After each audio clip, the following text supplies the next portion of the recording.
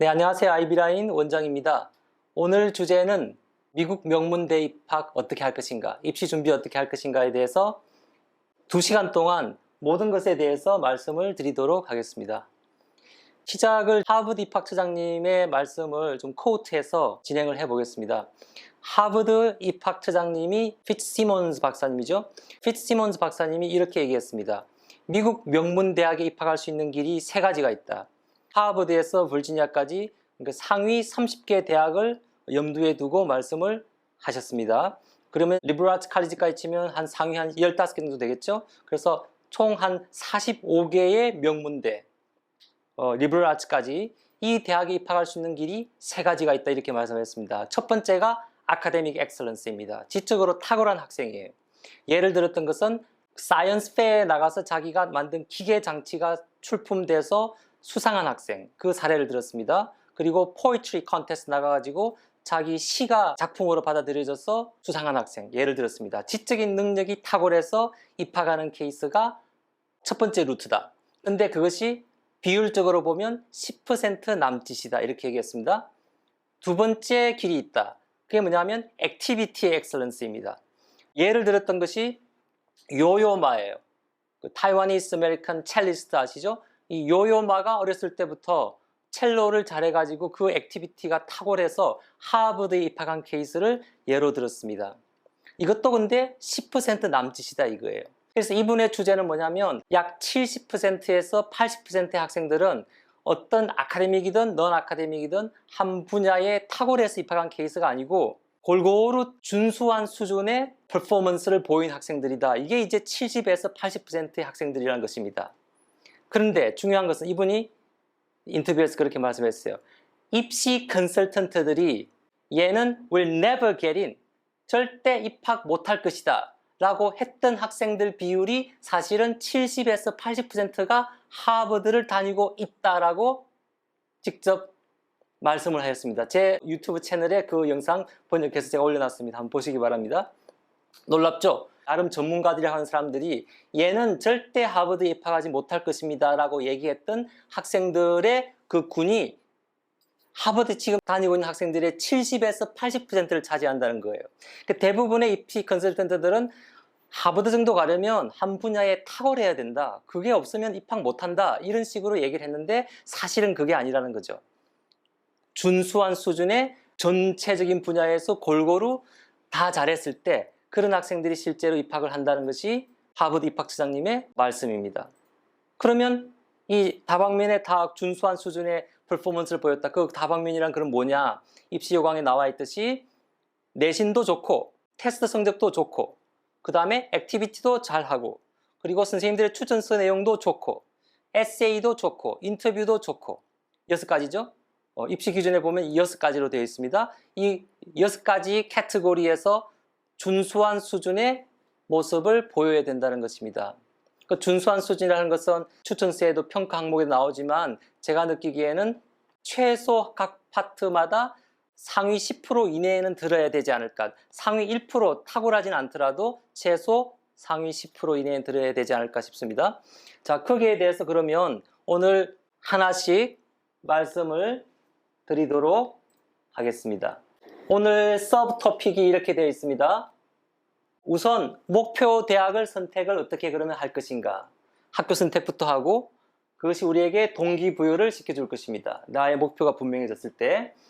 그리고 GPA 관리 어떻게 할 것인가. GPA가 중요한 이유는 내신 성적으로서 내가 지원 가능한 학교의 수준이 결정이 될 것이기 때문입니다. 입학이 아니라 지원 가능한 학교들의 수준. 그리고 테스트 성적. GPA가 주로 평가되지만 그것을 보조하는 자료로서 테스트 성적이 중요하게 고려가 됩니다. 그 다음에 과외활동, 추천서, 에세이, 인터뷰, 그리고 학비도 고려를 해야 되겠죠. 그리고 마지막으로 우리 선생님들 간단히 소개를 드리도록 하겠습니다. 하나씩 들어가 보도록 하겠습니다. 자, 대학 선택 어떻게 할 것인가. 몇 년 전에 저희 학원 학생 중에 한 명이 코넬을 합격을 했는데 워싱턴 유니버시티 세인트 루이스를 갔습니다. 나중에 후회를 해가지고 다시 도전을 해가지고 아마 코넬을 간 걸로 제가 알고 있는데, 어쨌든 이 케이스는 굉장히 특별한 케이스입니다. 보통은 아이비리그를 가지 아이비리가 아닌 명문대학을 가지는 않죠. 근데 이 케이스는 왜 그렇게 선택했냐면 전공을 보고 선택을 했다는 거예요. 아버님 말씀이 와슈가 그 분야의 전공 랭킹이 매우 좋기 때문에 굉장히 한국적인 기준에 따라서 선택을 하신 것입니다. 제가 오늘 말씀드리고 싶은 것은 전공이라고 하는 것은 여러 가지 고려 사항들 중에 하나에 불과하다. 그것이 중요하지 않다는 것이 아닙니다. 그것이 전부가 아니고 주로 고려해야 될 것도 아니고 한 기준에 불과한 것이다. 만약에 전공을 너무 중요하게 판단을 한다 그러면, 기준으로 삼다 그러면 굉장히 불합리한 결정을 내리는 경우가 많습니다. 예를 들어서 공대 볼까요? 하버드 공대가 미국에서 25위권입니다. 예일대 공대가 30위권 밖이에요. 근데 조지아 텍이 탑5입니다. UIUC 일리노이 공대가 탑5입니다. 근데 현실은 그러면 하버드 공대 안 가고 일리노이 공대를 가나요? 그렇게 가는 학생은 아무도 없죠. 근데 만약에 전공이 중요하다 그러면 그런 선택을 하게 되는 그런 absurd한 디시전으로 이어지게 됩니다. 그러니까 이것을 우리가 보면 전공에 너무 이렇게 휘둘려서 결정을 안 하도록 제가 가이드를 합니다. 민사고에서 꼴찌하는 학생도 갈 수 있는 데가 조지아 텍이고 UIUC입니다. 1등에도 떨어지는 데가 하버드 공대고요. 그죠? 그러니까 전공은 전체 고려할 사항 중에 하나에 불과하다. 자, 우선 우리가 학교를 선택할 때 제일 먼저 고려하는 게 사회적 명성입니다. 사회적 명성이 왜 중요하냐면 평가기관에서 발표하는 순위라고 하는 것이 평가기관에 따라서 너무나 편차가 심하다는 그런 문제가 있습니다. 그리고 같은 기관이라 하더라도요, 예를 들면 가장 권위 있는 평가기관이라 하는 US 뉴스라고 지금 나와 있는데, US 뉴스만 하더라도 작년과 올해가 너무나 달라지는 경우가 일부 학교들은 그렇습니다. 예를 들어서 지금 콜롬비아 대학이 미국에서 넘버 2예요. 예일 대학이 넘버 6입니다. 스탠퍼드 대학이 넘버 6예요. 과연 그러면 우리가 스탠퍼드나 예일보다 콜롬비아를 좋다고 얘기할 수 있을까요? 그렇게 생각하는 사람 아무도 없죠. 저도 사실 콜롬비아 출신이기 때문에 저를 믿으실 수 있을 것 같아요. 저는 콜롬비아 대학이 절대 예일 대학보다 좋다고 생각을 하지 않습니다. 대부분의 사람들이, 99%의 사람들이 그렇게 생각할 것입니다. 그러니까 평가기관의 권위라고 하는 것이 물론 인정은 해야 되지만 절대적이지는 않다. 오히려 한 세대 이상, 사회적 명성이라고 하는 것이 적어도 30년 이상의, 한 세대 이상의 오랜 세월 동안에 누적되어 온 그런 사회적인 인식을 바탕으로 하는 것이기 때문에 사실은 사회적 명성이 더 중요하다. 저는 그렇게 보고요. 그래서 두 번째로 우리가 고려해야 될 것이 평가기관의 순위다.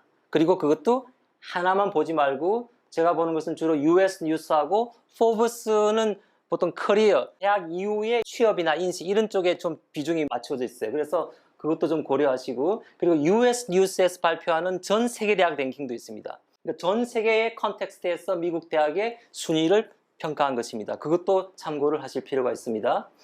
자, 그리고 대학 선택을 할 때 우리가 중요하게 또 보는 것이 교육 철학입니다. 구글에 검색하면 바로 떠요. 하버드 미션 스테이트먼트, 콜롬비아 미션 스테이트먼트, 스탠포드 미션 스테이트먼트. 그 대학의 교육 철학이 나랑 맞는지를 잘 따져봐야 됩니다. 그렇죠? 그리고 동문, 그 대학의 졸업자들이 어떻게 잘 하고 있는지, 특히 한국에서 나중에 직업을 갖고 한국에서 살아가야 될 학생들은 한국인 동문들의 그것도 잘 봐야 되겠죠. 예를 들어서 여기에 우리가 좀 생각할 수 있는 것들이, 랭킹이 조금 낮은데 랭킹에 비해서 좀 추천 제가 드리고 싶은 대학들 중에 하나가 조지 워싱턴 대학이 있습니다. 워싱턴 DC에 있는 학교예요. 한 60위 정도 됩니다. 근데 그 대학이 한국에서 인식되는 것은 그거보다는 좀 더 높은 것 같아요. 아시겠지만 그 학교는 한국에서 유학을 많이 갔던 학교이거든요. 그것이 이승만 대통령이 학부를 했던 데가 조지 워싱턴입니다. 나중에 하버드에서 석사하고 프린스턴에서 박사했지만 학부가 조지 워싱턴입니다. 이근희 회장님이 여기서 MBA를 또 하셨죠. 한국의 정부나 이제 기업에서 여기에 유학을 또 과거에 많이 갔습니다. 요즘은 예전만큼 아닌데 원래 한국에서 굉장히知名도가 높은 대학 중에 하나죠. 그것도 얼른 고려해 볼 수가 있습니다. 그죠? 그리고 동문들에 대해서 제가 좀 강조하고 싶은 것이, 제가 학생들한테 또 얘기하는 건데, 아이비리그가 가지고 있는 가치가 그러면 여러 가지가 있을 텐데 과연 그것이 아카데믹한 것일까? 저는 그렇게 생각하진 않아요. 예를 들어서 2위에 랭크되어 있는 콜롬비아하고 30위에 랭크되어 있는 NYU하고 아카데미컬리 교수진의 수준이 저는 그렇게 차이가 난다고 생각하지 않습니다. NYU도 굉장히 좋은 학교입니다. 학과에 따라서는 콜롬비아보다 더 좋은 랭킹도 있어요. 아카데믹한 것은 물론 고려해야 될 것이죠. 학교의 레퓨테이션 생각하고 여러 가지 있지만 저는 동문들의 수준을 봤을 때 콜롬비아 대학이 훨씬 좋다고 저는 개인적으로 평가를 합니다. 왜냐하면 뽑을 때부터 콜롬비아 대학에서 어떤 학생들을 뽑는지를 보면 우리가 알 수가 있거든요. 콜롬비아 대학은 기본적으로 공부도 잘하지만 잘 노는 학생들을 뽑겠다는 의지가 분명하게, 너무나 분명하게 나와 있습니다. 그래서 사회에 나갔을 때 단순히 지적으로 뛰어난 학생들일 뿐만 아니라 소위 말해 요즘 말하는 인싸, 굉장히 사회생활에 탁월한 능력을 저는 보일 것이라고 생각해요. 뽑을 때부터 그런 애들을 뽑으니까. 사교성 좋고 문화적인 호기심이 풍부하고 여러 가지 것들이 잘 노는 학생들을 이제 뽑겠다는 게 딱 느껴지거든요. 원서에 들어가는 질문들을 보면 그걸 우리가 알 수 있어요. 그게 한 가지 이제 예를 제가 들은 것인데, 콜롬비아 대학의 또 특징 중에 하나는 그런 재능뿐만 아니고 학생들의 인성을 굉장히 중요하게 봅니다.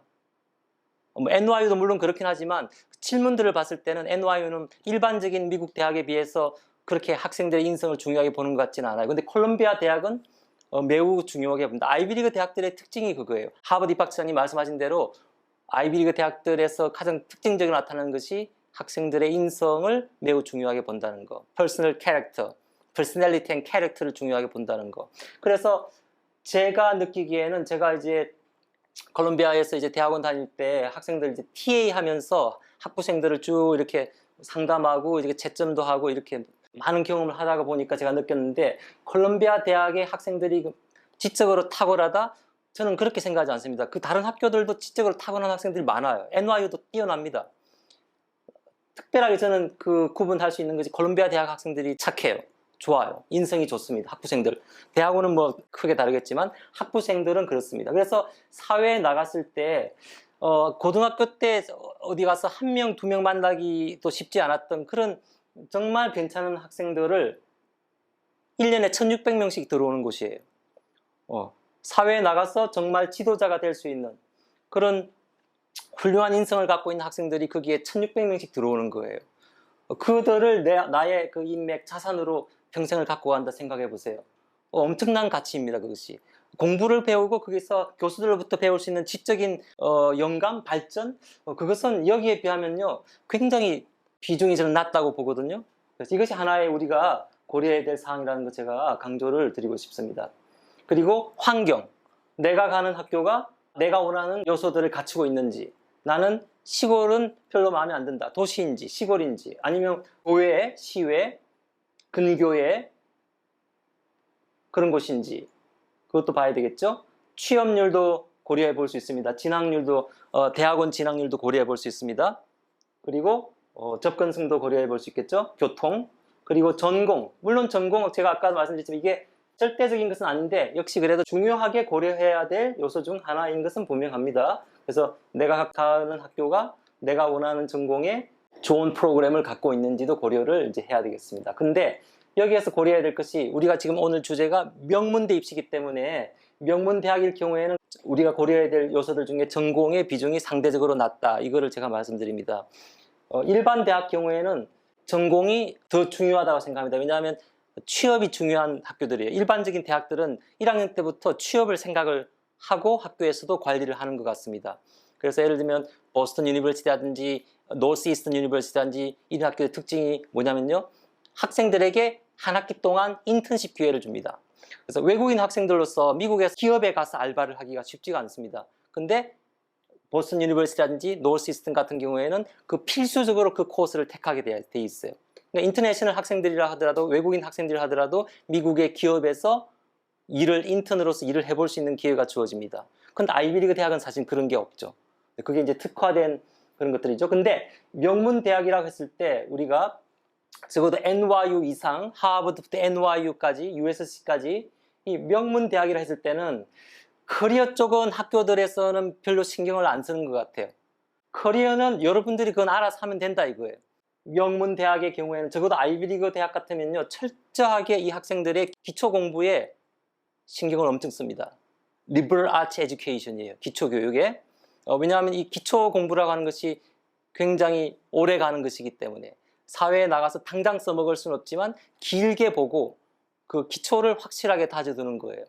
당장 써먹을 것은요, 대학원 가면 돼요. MBA 가면 되고, 석사 과정에 들어가면 되고, 메디컬 스쿨 가면 되고, 비즈니스 스쿨 가면 되고, 로우 스쿨 가면 되고, 그것은 자기 전공에 맞게 이제 대학원 가면 되고, 학부에서는 기초 공부를 철저하게 시키겠다, 이제 그런 거죠.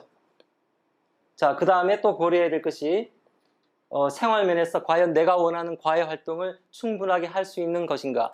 우리 학생 중에 한 명이 저 시골에 가 있어요. 위스콘신에 아주 외딴 곳에 가 있어요. 자기가 원하는 과외 활동을 하기가 너무 불편한 거예요. 경영학의 공부를 하고 있는데. 그러면 사실 처음부터 서부나 동부에 도시에 가까이 있는 곳에 갔으면 차라리 더 그쪽 활동을 하기가 좋았었겠죠. 그래서 이제 편입을 준비하고 있고 그런 사례가 있습니다. 자, 그 다음에 이제 학교 크기와 학급 그런 것도 우리가 고려해야 되겠죠. 주립대학은요, 1년에 5,000명씩 받아듭니다. 엄청나게 학교가 큽니다. 우리나라 서울대학도 한 4,000명씩 뽑는 걸 아는데 서울대보다 더 많이 받아요. 사립대학은 보통 한 1년에 한 1,500명 이렇게 뽑죠. 1,000명에서 1,500명 보통 이렇게 뽑습니다. 숫자가 적죠. 리버럴 아츠 칼리지는 뭐 100명, 200명, 300명 이런 식입니다. 작게 뽑아요. 하이스쿨 같죠? 그래서 내가 원하는 그 환경이 그 클래스 사이즈가 어떤지도 생각해 봐야 되는데, 예를 들면 우리가 UC 버클리 탑스쿨 굉장히 좋은 학교입니다. 근데 들어가서 보면 100명씩 듣는 수업들이 그냥 비일비재합니다. 주립대학의 특징이죠. 근데 콜롬비아 정도만 해도 뭐 20명, 30명 보통 그 정도 사이즈입니다. 근데 에머스트 같은데, 윌리엄스 같은데 우리 선생님 말들을 보면 10명 이상 들어가는 클래스가 거의 없습니다. 뭐 5명. 내가 원하는 것이 어디에서 실행될 수 있을지, 실행되고 있는지를 또 따져봐야 됩니다. 그리고 비용도 따져봐야 되겠죠. 과연 재정 보조가 잘 되어 있는지, 장학금, 과연 내가 명문대학이 아닌 학교 교육에 4억을 1년에 1억씩 4년이면 4억을 투자할 만한 가치가 있는지, 4억을 들여서 과연 50위권 대학에 갈 만한 가치가 있는지. 저는 개인적으로 그래서 학생들이 30위권 대학 이내에 가기를 제가 바라고, 그게 아니면 제가 이제 대안으로서 영국으로 이제 가도록 제가 권유를 좀 드리고 있거든요. 어차피 미국 대학에 명문대학 못 갈 것 같으면, 어차피 일반 대학 갈 것 같으면 영국의 일반 대학 가서 2억을 세이브하고 그 2억을 이제 대학원에 가든지 다른 곳에 사용할 수도 있겠다는 거죠. 자, 이것이 우리가 고려해야 될 대학 선택 기준에 대해서 말씀을 드렸습니다. 자, 다음 주제로 넘어가 보죠. GPA 관리 어떻게 할 것인가? 아이빌리그 대학뿐만 아니고 기본적으로 이제 미국의 명문 대학들이 30위권까지만 해도 3.8 이상을 거의 미니멈으로 요구하는 것 같습니다. 최근에 그 경향을 보면요. 그러면 GPA라고 하는 것은 이게 이제 상위 10% 정도에 해당이 되거든요. 3.8이라고 그러면 하버드하고 그럼 NY하고 차이가 있냐? 차이가 거의 없어요. 실제 합격하는 학생들 보면 UCLA와 비교해보죠. 하버드하고 UCLA 비교했을 때는 UCLA가 오히려 더 높습니다. 합격자들의 고등학교 GPA가 UCLA가 더 높아요. 예전에 설명했을 때 제가 올려드렸던 자료를 보면 미국에서 제일 GPA가, 합격자 GPA가, 하이스쿨 GPA가 높은 학교가 UCLA입니다. 93%가 3.8 이상을 unweighted로 3.8 이상을 받은 걸로 나와 있었어요. 지금은 조금 몇 년 뒤에 더 높아졌을 거예요. 지금은 전반적으로 다 높아졌어요. 근데 아이비리그 대학들은 3.8 이상이 90% 이하입니다. 90% 이상 되는 학교는 없습니다. 아이비리그 대학 중에. 대부분은 80%에서 90% 사이입니다. 의외죠? 주립대학들이 입학생들의 하이스쿨 GPA가 오히려 더 높습니다. 물론 이것은 이제 아무래도 아이비리그 대학들, 미국의 동부의 명문 사립대학 고등학교 출신들이 이제 많기 때문에 이제 그렇게 보면 뭐 3.5만 돼도 아이비리그를 간다는 게 이제 그런 거거든요. 그래서 GPA는 절대적인 것이 아니다. 그러나 일반적으로 얘기했을 때 우리는 3.8 이상을 받아야 되겠다. 학교에서 3.8이라고 것은 10%입니다. 상위 10%. 그리고 중요한 것은 일단 그 과목 선택에서 그 내용이 중요한데 대학들이 가이드하는 것을 보면 챌린징, 도전적으로 챌린징한 과목들을 들었냐 안 들었냐를 중요하게 본다고 되어 있습니다. 쉽게 가려고 했는지 아니면 학점 관리 차원에서, 아니면 얘가 도전적으로 과목 선택을 했는지. 그래서 AP 같으면 이제 일반적으로 졸업할 때까지 6과목 이상을 보통 기대를 한다 이렇게 얘기하거든요.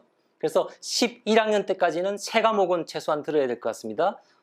보통 10학년 때 1과목, 11학년 때 2과목, 12학년 때 3과목 이렇게 하면 총 6개 과목이죠. 왜 6과목을 제가 추천드리냐면 IB랑 비교가 되기 때문에. IB가 총 6과목이에요. 그러니까 AP도 IB에 해당하는 미국식으로 체크하면 이제 AP에 해당하겠죠. 6과목 이상은 하는 것이 좋겠다.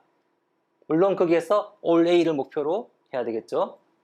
그리고 스탠포드 부학장님이 입학처 부학장님이 말씀하셨던 그 내용을 보면 어떻게 되어 있냐면, 스탠포드 대학 같은 경우 이렇게 합니다. 과연 이 학생이 자기가 즐기면서 좋아서 선택한 과목들이 있는지, 그것도 중요하게 보는 요소 중에 하나라고 되어 있습니다.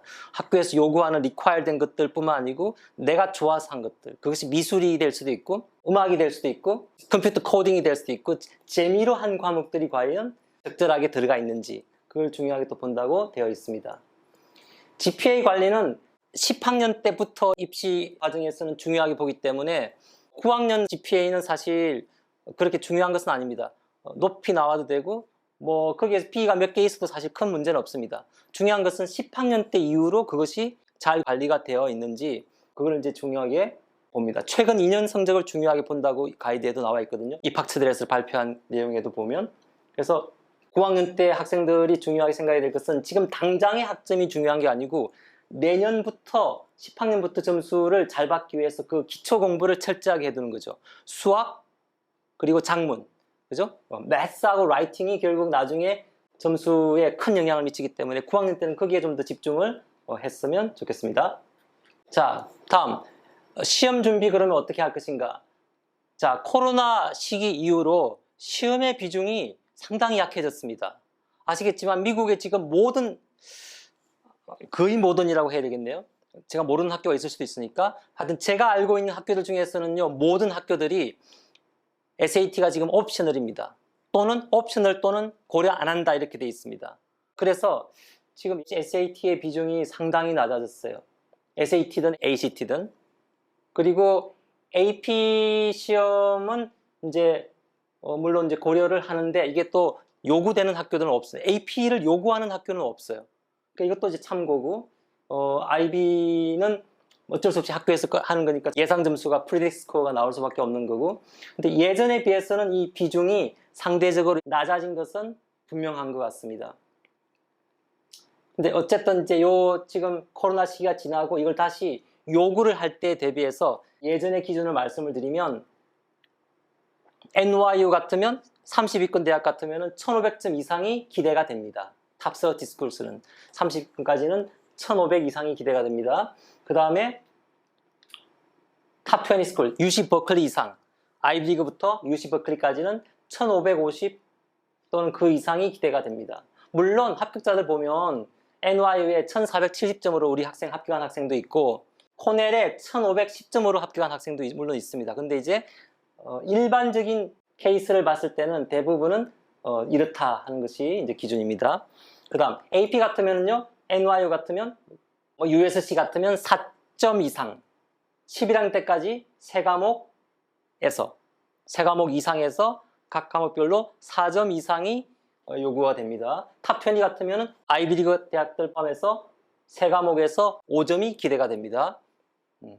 물론 절대적인 것은 아닙니다. 기대가 됩니다. 그 다음에 IB 같으면 40점 이상, 그래서 USC나 NYU 같으면 최소 40점 이상은 받아야 됩니다. 그리고 탑20 같으면 최소 42점 이상을 받아야 됩니다. 이것이 이제 기대가 되는 이제 점수입니다. 그러면 시험은 어떻게 볼 것인가? SAT는 예전에 올드 SAT 경우에는 9학년 때부터 SAT를 했었습니다. 올드 SAT와 뉴 SAT가 이제 어떻게 달라졌는지를 간단하게 말씀드리면, 올드 SAT는 약간은 이게 IQ 테스트 같은 거예요. IQ 테스트. 그래서 그때는 9학년 때부터 공부를 해도 돼요. 9학년 학생의 IQ와 11학년 학생의 IQ가 그렇게 차이가 나지 않습니다. 그죠? 지적으로는 거의 고등학교 들어올 시점이 되면 중학교 정도 되면 완성된다고 봐야 돼요. 그죠? 그래서 후학년 때 공부 열심히 해가지고 그때 거의 만점 수준에 가는 학생들도 많습니다. 똑똑한 학생들은. 근데 요즘은 이제 좀 그렇지가 않죠. 그때는 SAT라는 거 아니라 리즈닝 테스트, 논리적 사고력 테스트라고 제목이 아예 리즈닝 테스트입니다. 지금은 리즈닝 말을 빼버렸죠.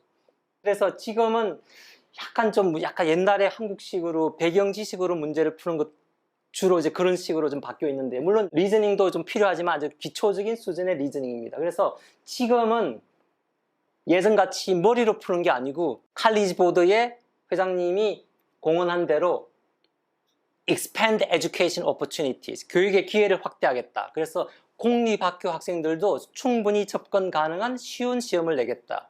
어떤 것이 중요해지냐면 학교 교과 과정, 그 회장님 말씀대로 미국 공립학교의 교과 과정에서 충분히 접근 가능한 그런 내용들을 시험으로 내겠다라고 이미 2013년에 그렇게 공언을 했었죠. 그래서 지금 나오는 지문들이 시험을 늦게 보면 늦게 볼수록 유리하게 지금 돼 있어요. 그 지문들의 내용이 학교에서 다루는 것들, 그런 주제들이기 때문에. 그래서 9학년 학생들은 아무래도 그런 내용에 익스포즈가 덜 된 상태이기 때문에 상대적으로 좀 불리한 거예요. 11학년 때면 훨씬 유리해진다는 거죠. 학교에서 그런 관련된 것들이 충분히 교과 과정에서 접한 내용들이기 때문에. 그래서 굳이 시험을 9학년부터 준비할 필요 없고 10학년 마치고 해도 괜찮다는 거예요. 10학년 마치고 10학년 여름방학 때 집중적으로 공부해가지고 11학년 때부터 계속 시험 보는 거죠. 예전에 어떻게 됐냐면요, 모든 시험 성적을 다 긁어가는 학교들이 많았습니다. 뭐 스탠포드, 아이비리그 대학들이 대부분 그랬어요. 그래서 함부로 시험을 못 봤어요. 한 번 또는 두 번을 봤거든요. 그때는 모든 시험 성적을 다 긁어가니까. 지금은 그렇지 않아요. 지금은 그런 대학이 하나도 없습니다. 자기가 원하는 성적을 제출할 수 있습니다. 100번을 봐도 괜찮아요. 제일 잘 나온 것만 내면 됩니다. 아시겠죠? 늦게 준비해도 되고 내신에 더 집중해서 공부를 하고 그런 식으로 준비를 이제 하면 되겠습니다. 내신은 AP랑 연결이 되죠. 그래서 AP 준비에 좀 더 신경을 쓰는 것이 좋겠습니다. 제가 느끼기에는 코로나 핑계 대고 명문 대학들이 SAT를 이 효력을 유명무실화시킨 게 아닌가, 그런 느낌도 제가 듭니다. 왜냐하면 이 SAT, 뉴 SAT가 많은 비판을 받고 있어요. 왜 그러냐면 이 SAT의 수준이 낮아진 것도 있는데, 문제는 뭐냐면 이 문제가 너무 황당한 문제들이 많아요. 물론 이제 한국의 수능 영어를 우리가 생각했을 때도 수능 영어에 이제 문제점이 좀 많다고 얘기하죠. 실제로 쓰지 않는 영어식 표현이 막 나온다든지, 쉬운 표현을 굉장히 어렵게 한다든지. 지금 뉴 SAT는요, 논리적으로 말이 안 되는 문제들도 꽤 많이 있습니다. 학생들이 황당해해요. 어떻게 이게 답이 되는지. 그런 것들이 너무 많아요, 사실은요. 그래서 아마 대학들도 그거를 알고 있지 않을까. 이것이 지금 미국의 일반 학교들, 공립학교들 100위권, 200위권, 300위권 대학들에 지금 맞춰져 있는 게 아닌가. 이 명문 대학들이 봤을 때는 어떻게 이런 시험을 보고 대학에 들어온다고 할 수가 있지? 이 앞뒤도 말도 안 되는 것들, 이게 답이라고 했는데 답이 아닌 거예요, 이게. 학생들이 보면 알아요. 이게 어떻게 답이 되죠? 우리 선생님, 리딩 선생님이 그랬어요. 이게 왜 답이 되냐면, it's up to them, up to college board. college board가 답이라고 하니까 답인 거예요. 우리가 머리로 써가지고는 도저히 이해가 안 되는. 그들이 원하는 답을 고르는 그런 이제 훈련을 해야 되는 것이죠. 자, 다음 주제로 가보겠습니다. 명문 대학에서 그러면 GPA, 그 다음에 테스트 성적, 과외 활동 다 중요하다 이거예요. 근데 스탠포드 입학 실장님, Director of Admissions, 미스터 탈버트 실장님의 하버드 입학 그 중간급 관리 간부라고 볼 수 있죠. 그분의 영상에 보면 이렇게 되어 있습니다. 우리는 GPA하고 테스트 성적은 거의 보지 않는다. 물론 인정했습니다. 그분의 말씀이, 물론 GPA 제일 중요하다. 왜? 이 대학에 지원을 할 수 있는지 자격을 결정하는 것이기 때문에. 그러니까 이 자격이 안 되면 심사를 제대로 들어가지는 않겠죠. 자격을 결정하니까 일단 내신이 절대적으로 중요한 것은 맞다. 근데 어드미션을 결정하는 과정에서는 우리는 GPA 얘기하는 경우가 거의 없다. Rarely is it the case. 그렇게 얘기했습니다. 거의 그렇게 우리는 학점에 대해서 얘기하는 경우가 없다. 그러면 어드미션을 결정하는 그 과정에서는 일단 다 걸러내고, 테스트 성적, 그분이 그렇게 말씀하셨습니다. GPA 테스트 성적 가지고 일단 걸러낸 다음에 진지하게 누구를 입학시킬 것인지를 결정하는 과정에서는 우리는 그거 얘기하는 경우 거의 없다. 무엇을 얘기하냐면 이 학생의 액티비티, 이 학생의 추천서 선생님들이 어떻게 얘기하는지, 그리고 이 학생이 자기 자신에 대해서 어떻게 얘기를 하는지, 에세이. 이 세 가지 인터뷰까지 포함하겠죠? 이 세 가지 가지고 결정을 한다라고 유튜브 영상에 나와 있습니다. 지금 제가 오늘 말씀드리는 모든 내용은요, 제가 유튜브 채널에 사실은 다 번역해서 올려놓은 내용을 바탕으로 하고 있습니다. 참고하시기 바랍니다. 자, 그래서 과외 활동이 이제 중요해집니다. 자, 앞으로 얘기할 게 이제 중요한 거예요. 과외 활동과 추천서와 에세이. 이 세 가지가 입학을 결정한다는 것입니다. 입학처에서 직접 하시는 말씀입니다. 자, 중요하게 제가 하나씩 보도록 하겠습니다. 2016년 1월에 입시 요강이 새로 바뀐 것이 발표가 됐습니다. 2017년 입시부터 요강이 확 바뀌었어요. 원서가 일단 바뀌고 SAT도 뉴 SAT로 바뀌고 그 다음에 액티비티 가이드도 바뀌었습니다.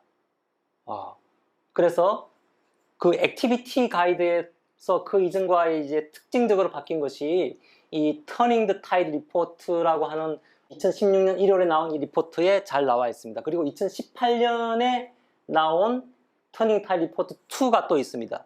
자, 이 리포트 1, 2에서 가이드한 것은 어떻게 되어 있냐면 액티비티에서 봉사활동을 중요하게 보겠다.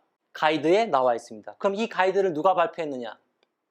초기에는 모든 아이비리그 대학의 입학처장님들과 주요 리버럴 아츠 칼리지의 입학처장님들부터 해가지고 수십 개의 명문 대학들이 발표한 거예요. 지금은 더 많이 참여를 해가지고 그 이후에 리포트 2는 총 140여 개의 대학이 참여했어요. 그러니까 우리가 지원하는 사실상 모든 대학들이 여기에 사인을 했습니다. 우리가 이렇게 학생을 선발하겠다라고 공개적으로 공언을 한 것입니다. 자, 거기에 뭐라고 나와 있냐면 Turning Tide, 부제가 뭐라고 되냐면요, Inspiring Concern for Others, Inspiring Concern for Others. 다른 사람들에 대한 관심을 우리가 인스파이어 시키겠다. 그런 관심을 불러일으키겠다. 무엇을 통해서? Through college admissions. 대학 입시라고 하는 그 제도를 통해서 우리는 고등학생들이 다른 사람들에 대한 관심을 보이도록 인스파이어 시키겠다. Inspiring concern for others and the common good. 사회의 공동선. 다른 사람들과 이타적인 그리고 사회 봉사 이제 이런 것들에 대한 관심을 불러일으키겠다라고 딱 되어 있습니다. 그 이전도 물론 그런 경향이 있었는데 공개적으로 얘기한 것은 이때가 아마 처음인 것 같습니다. 그것이 이제 거기에 대해 사람들이 이제 잘 이해를 못하고 아마 그런 것들이 있어가지고 보조로 이제 2018년 2년 뒤에 리포트 2가 발표가 됐어요. 그 내용을 보면 이제 강조하는 것이 질적인 그 면들을 이제 강조하기 시작했습니다. 그 이전에 양적인 것을 이제 중요하게 봤다면 물론 양과 질 둘 다 중요하죠. 그 둘 다를 중요하게 보겠다라고 되어 있습니다. 그래서 어떤 식으로 얘기하냐면요. 우선 어떤 액티비티가 원서에는 10개 액티비티를 적게 되어 있습니다. 10개 또는 그 이상을 적게 되어 있습니다. 최소 1년 이상의 sustained efforts and service라고 되어 있습니다. 최소 1년 이상의 꾸준한 노력을 보였는지 찔끔찔끔한 게 아니고 sustained라고 하는 것은 꾸준한 거예요. 그래서 1년 동안 했는데 1년에 한 5번 했단 말이에요. 1년에 한 4번 했어요. 계절에 한 번씩 가가지고 봉사활동을 한다. 이런 건 sustained가 아니죠. 이 기준에 맞지가 않은 거예요. 자, 그러면 1년 이상 꾸준한 노력을 하고 시간을 투자한 것이 meaningful activity라고 규정이 딱 되어 있습니다. 그러면 어떤 액티비티가 될까요? 결국에는 이 액티비티라고 하는 것이 가정이나 학교나 지역사회에서 할 수밖에 없는 거예요. 그래서 예전같이 저 아프리카 가가지고 봉사활동하고 이런 것들은 지금 이 기준에 맞지가 지금 않은 거죠. 저 멀리 가가지고 하는 이 액티비티 같은 것들이 1년 이상 꾸준하게 할 수가 없어요. 왜? 학교를 다녀야 되니까. 어쩔 수 없이 학교 교육이 정상화 이제 되는 겁니다. 학교에서 하는 액티비티가 중요해질 수밖에 없어요. 왜? 그걸 중요하게 본다고 지금 딱 가이드에 나와 있기 때문에. 그리고 가정에서 하는 액티비티가 이제 중요합니다. 개인적으로 하는 그런 취미 활동 같은 것들이 중요한 것이 됩니다. 원서에 딱 나와 있어요.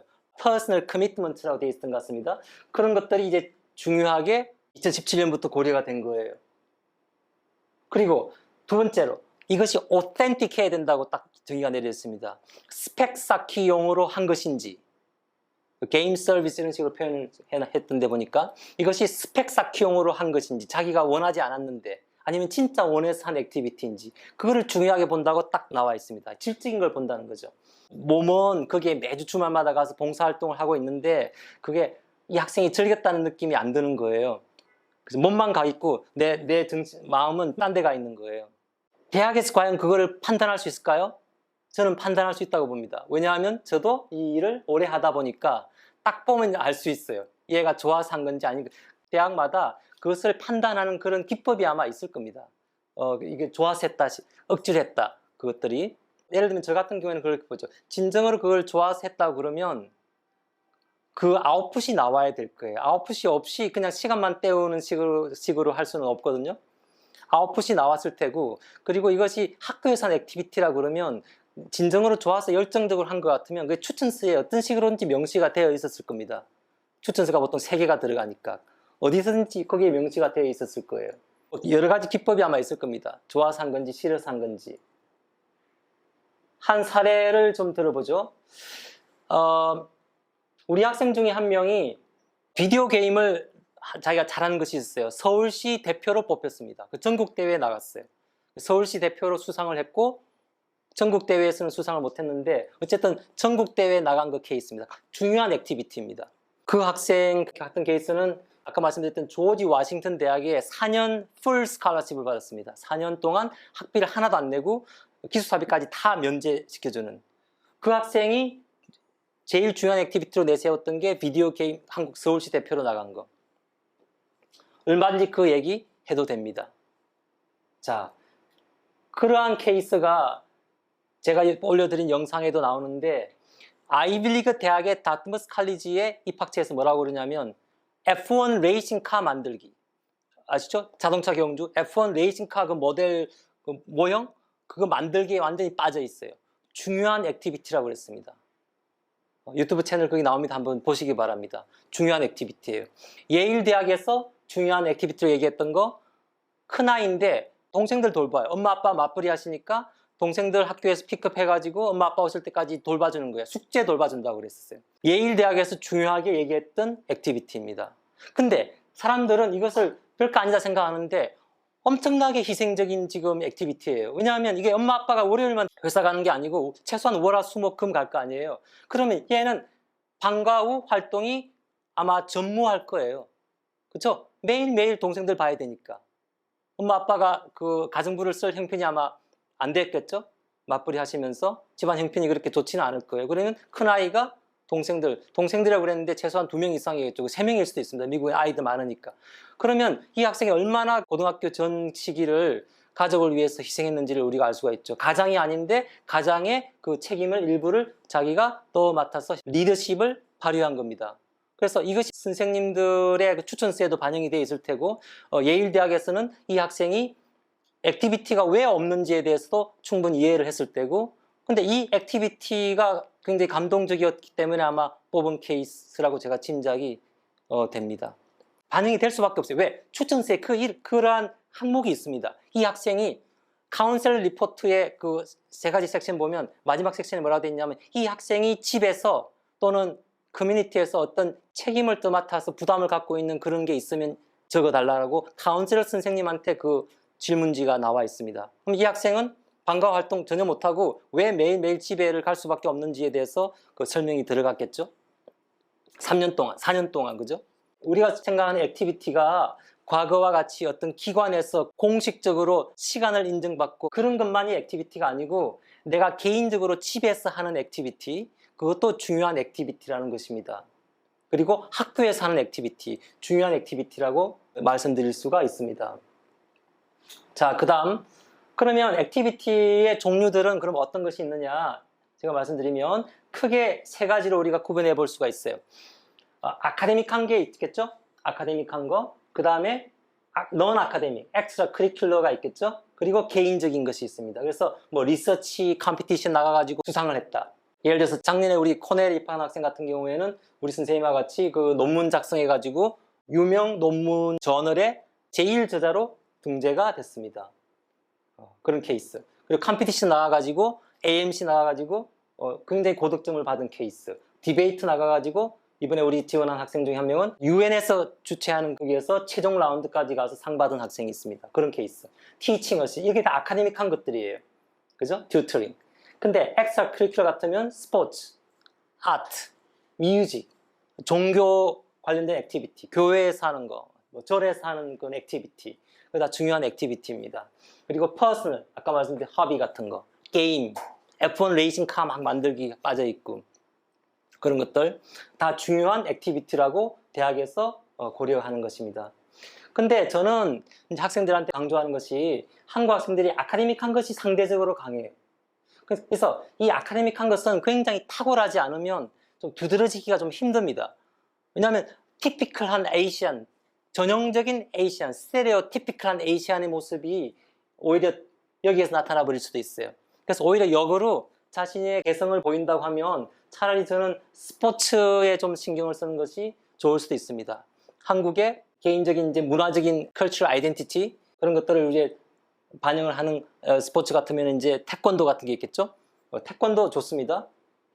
그리고 스포츠 그리고 이제 팀 스포츠를 요즘은 또 중요하게 보기 때문에 혼자 하는 스포츠 말고 학교에서 하는 그 대표팀에 나가서 학교를 대표해가지고 활동하는 거 되게 좋습니다. 그런 것들. 아트, 뮤직, 릴리전. 많은 학생들이 그렇게 얘기해요. 교회 다니는 얘기 해도 될까요? 혹시 싫어하는 사람이 있지도 않을까? 터프츠 대학의 입학처장님이 그렇게 말씀하셨습니다. 또 영상에 올려놨습니다. 제가. 학생들이 범하는 가장 큰 실수가 무엇인가요? 입시 과정에서 가장 큰 실수가 무엇인가요? 답이 이렇게 되어 있습니다. Being safe. 안전을 추구하는 것이다. 이건 이래서 안 되고, 이건 이래서 안 되고, 이건 저래서 안 되고, 이건 싫어할 수도 있고. 그렇게 되면 뭐냐면요. 그 학생의 개성이 다 빠져버리는 거예요. 그분 말씀이 그래요. 이 박사님 말씀이. 이게 개성이 확 튀면요. 호불호가 갈리잖아요. 그것 때문에 떨어질 수도 있어요. 물론. 그것 때문에 붙을 수도 있어요. 그분의 말씀은 챌린징 하라, 리스크 테이킹 하라 이거예요. 리스크 테이킹을 해서 그 개성이 받아들여지는 곳에서 합격을 할 수 있게 그렇게 택해. 저는 이것이 절대적으로 맞다고 생각합니다. 왜냐하면 미국의 명문대학의 경쟁률이 기본적으로 20대 1이잖아요. 인터내셔널은 보통 그 2배로 잡거든요. 40대 1 정도예요. 원서를 다 모두를 만족시키려고 하는 그런 노력을 하다 보면요. 이게 이제 90점짜리밖에 안 되는 거예요.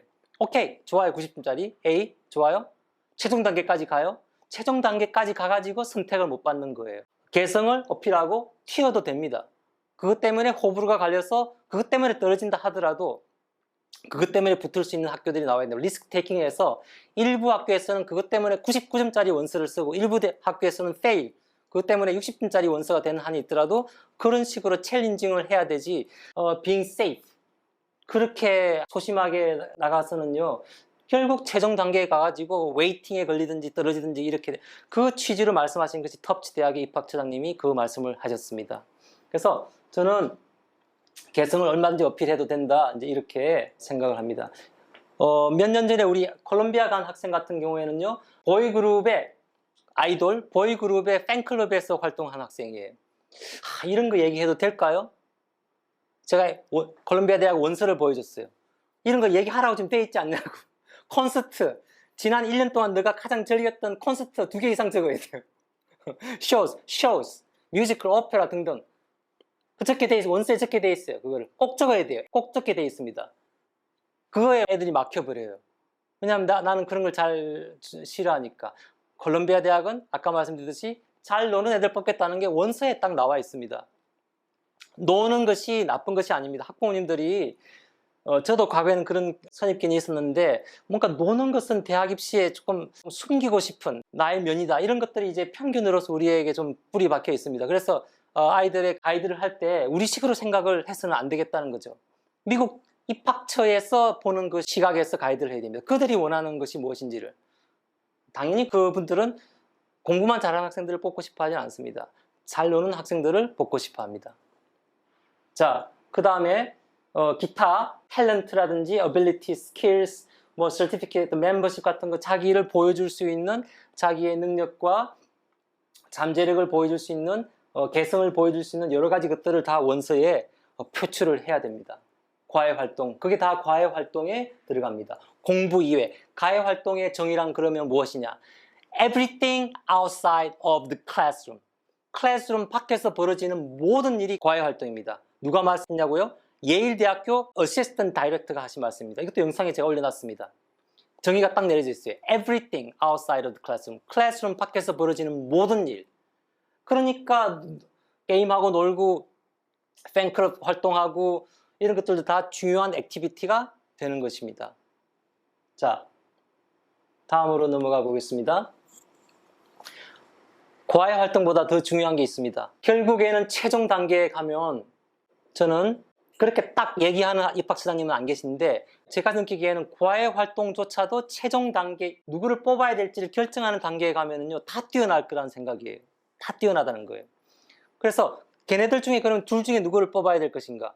그때는 이제 면접에 해당하는 게 바로 이 추천서와 에세이죠. 간접 면접이죠. 에세이와 추천서는 간접 면접에 해당을 합니다. 자, 추천서가 얼마나 중요한지를 제가 설명을 드리도록 하겠습니다. 지금부터 제가 말씀드리고 싶은 것이 오늘 주제의 이제 핵심적인 내용입니다. 잘 들어주시기 바랍니다. 미국에서는 원서를 커먼 애플리케이션이라는 게 있어요. 모든 아이비리그 대학들과 거의 모든 사립대학들과 뭐 조지타운 이런 데 이제 빼고 거의 99%의 대학들이 이 커먼 애플리케이션을 이용합니다. 사립대학은. 주립대학은 뭐 UC, 텍사스, 유니버시티 워싱턴 각 자기 주에서 사용하는 그 원서 시스템을 이용하기도 합니다. 근데 기본적으로는 모든 사립대학들과 주요 주립대학들은 다 이 커먼 애플리케이션 사용하는데 커먼 애플리케이션은 이제 카운셀러 리포트가 필수적으로 들어가야 됩니다. 카운셀러 리포트와 레커멘데이션이 카운셀러 선생님 추천서가 그래서 중요합니다. 그리고 교과목 선생님 추천서가 일부 학교에서는 1개지만 주요 명문 대학들은 다 2개입니다. 3개가 기본적으로 필수적으로 들어갑니다. 그리고 other recommendation이라고 그래가지고 거기에서는 교과목 아닌 스포츠 팀의 코치 선생님이라든지 인턴십 했던 기관에 나를 슈퍼바이즈 했던 분이라든지 또는 나의 부모님이라든지 나의 친구도 돼요. 몇 년 전에 스탠퍼드 대학에 들어간 우리 학생이 자기 1년 선배의 추천서를 받아서 냈어요. 그 추천서는 저도 읽어봤어요. 굉장히 잔잔한 감동을 주는 그런 추천서에서 그 우정이 느껴지는 그것도 아마 나름 효과가 저는 있었을 거라고 생각합니다. 추천서는 예전에 듀크 대학에 간 학생 같은 경우에는 어머니가 직접 추천서를 쓴 케이스도 있습니다. 우리 아이에 대해서 선생님들이 모르는 부분까지 다 얘기해 주신 거죠. 그래서 이 정보들이 충분하게 들어가도록 이제 노력을 해야 되는데 자, 총 그러면 몇 개가 들어가냐면 많이 받는 데는 5개까지 받습니다. 아들 레커멘데이션 2개까지. 기본적으로 명문대학은 3개에서 5개의 추천서가 들어갑니다. 평균 4개. 근데 에세이도 평균 4개를 쓰거든요. 그러니까 추천서 4편과 에세이 4편 이것이 이제 최종 단계에서 입학을 결정하는 요소라는 것이죠. 자, 추천서에 보면 어떤 내용을 적게 되어 있는지를 제가 좀 말씀을 드리겠습니다. 우선 카운셀러 리포트에는 이렇게 되어 있습니다. 항목이 아까 3가지가 있다고 그랬죠. 첫 번째, 이 학생의 아카데믹 어치먼트에 대해서 평가를 하도록 되어 있습니다. 거기에 대해서 내용도 쓰고 평가는 이렇게 되어 있습니다. 이 학생이 상위 1%인지 이번에 졸업생이 100명이다 그러면 100명 중에 1등을 한 학생인지 5등 안에 든 학생인지 5%, 상위 5%인지 상위 10%인지 very good인지 above average인지 average인지 below average인지 이렇게 되어 있습니다. 그러니까 그냥 좋다 나쁘다 이렇게 평가가 아니고 상위 1%, 5% 이렇게 평가하게 되어 있습니다. 그리고 거기에 보면 만약에 등수를 낸다 그러면 등수도 적게 되어 있습니다. 랭크도 적게 되어 있습니다. 굉장히 자세하게 적게 되어 있어요. 그리고 두 번째, 이 학생의 extra curricular, 과외 활동 면에서의 이것도 그냥 좋다 나쁘다가 아니고 상위 1%인지 5%인지 10% 이렇게 평가하게 되어 있습니다. 그리고 이 학생의 personality and character에 대해서 평가하게 되어 있습니다. 되게 이거는 주관적인 판단이 개입할 여지가 상당히 있는데 이 학생이 과연 성격이나 인성 면에서 과연 상위 1%, 5% 이게 쉽지가 않겠죠? 근데 그렇게 평가하도록 되어 있습니다. 그리고 그거와는 또 별개로 밑에 쓰는 칸에 보면 이 학생이 아까 말씀드렸듯이 그런 컨텍스트, 학교에서 처벌받은 그런 내용들이 있는지 그것도 자세하게 정하기든지 정지 뭐 이렇게 여러 가지 내용들이 있잖아요. 정화가 아니더라도 뭐 담배 피다가 걸렸다든지 술 갖고 있다 걸렸다든지 이런 것도 다 지금 다 적게 되어 있습니다. 그리고 집안에서 또 부담 갖고 있는 여러 가지 책임들 그런 요소들 다 적게 되어 있고 그 다음에 공부하면서 겪고 있는 여러 가지 어려운 점들 그 학생이 겪고 있는 뭐 정신적인 어려움 이것 모두 상세하게 적게 되어 있습니다.